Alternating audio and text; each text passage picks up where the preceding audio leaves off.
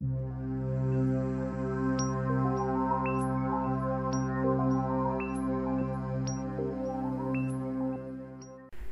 kanalıma hoş geldiniz. Bugün sizlere 3 boyutlu sütun grafiğini nasıl hazırlayabileceğinizi öğretmeye çalışacağım.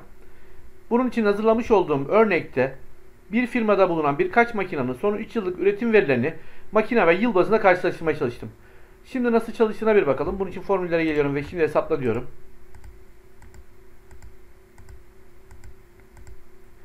Burada yeşille gösterilen alan 2022, kırmızı 2021'i, sarı ise 2020'yi gösteriyor. Bu şekilde herhangi bir makinenin 3 yıllık üretim değerlerini karşılaştırabiliyorsunuz tek bir sütun üzerinde. Örnek veriyorum. Makine 12'nin 2020, 2021 ve 2022 yılı üretim verilerini bu şekilde karşılaştırabiliyoruz.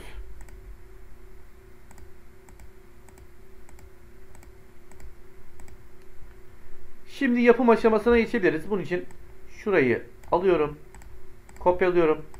Sayfa 2'de şuraya özel yapıştır değerleri, özel yapıştır biçimleri. Öncelikle ekleye geliyorum ve şuradan sütun grafiklerden şunu seçiyorum. 3B %100 yığılmış sütun diyorum. Grafiğimi biraz büyüteceğim. Şu grafik başlığımı kaldırayım öncelikle. Diğerleri şimdilik kalsın. Şurayı sileceğim. Şurada hattı kaldırmam gerekiyor. Bu hattın olmaması gerekiyor burada.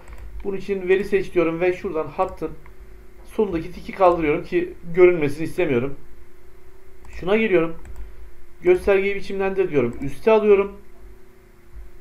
Kapatıyorum. Buradan biraz kalın yapıp büyütelim şimdilik. Ve ben bunu hangi yıla ait olduğunu belirlemem gerekiyor. Bunun için de şunu yapacağım. Veri seç diyorum.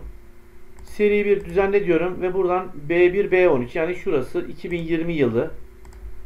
Seri 2 düzenle diyorum. C diyor 2021. Seri 3 D sütunu 2022. Tamam diyorum. Daha sonra şunları belirleyelim ve büyütelim. Evet, böyle olsun.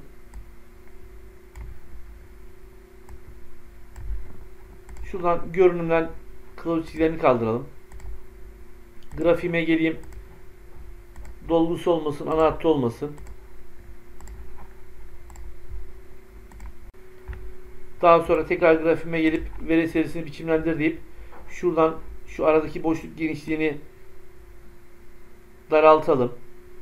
Birbirine yakın olsun ve büyük olsun.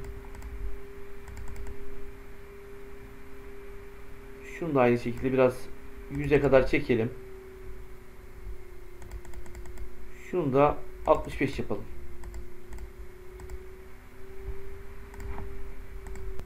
Şunları biraz daha aşağı indirebiliriz. Bunun için şunu tıklıyorum.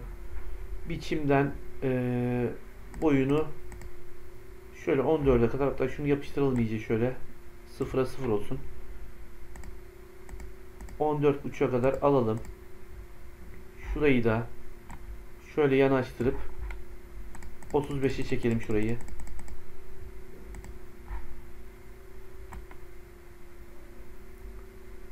Evet, bu şekilde iyi.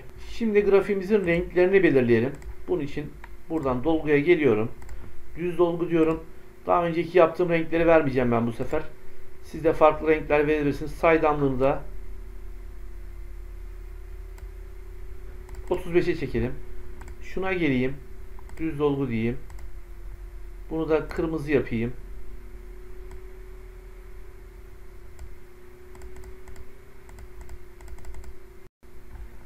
Şuna geleyim. Düz dolgu. Bunu da, bu güzel olmadı. Başka bir renk belirleyeyim.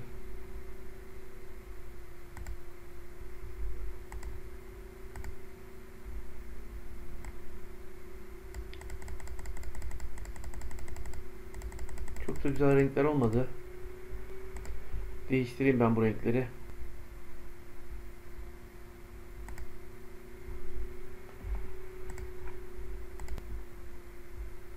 Bu kırmızı kalsın.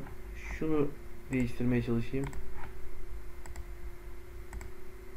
Evet, bu böyle olsun. Şimdi şuraya geliyorum. Shift eşittir. Rastgele arada birden 100'e kadar diyorum. Parantezi kapatıyorum. Şunları Ctrl R sağ tarafa, aşağı doğru Ctrl D diyorum. Formüller şimdi hesapla.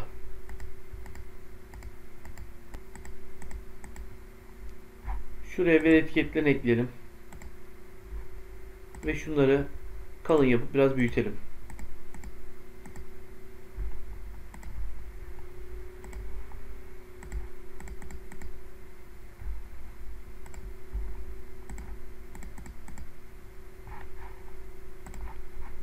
Formüller şimdi hesapla.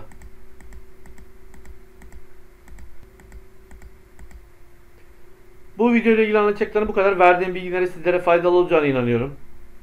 Kanalıma abone olup bildirimleri açmanız halinde bundan sonrasında yayınlayacağım faydalı paylaşımlardan haberdar olabilirsiniz. Beni takip edip çalışmalarımı izlediğiniz için teşekkürler.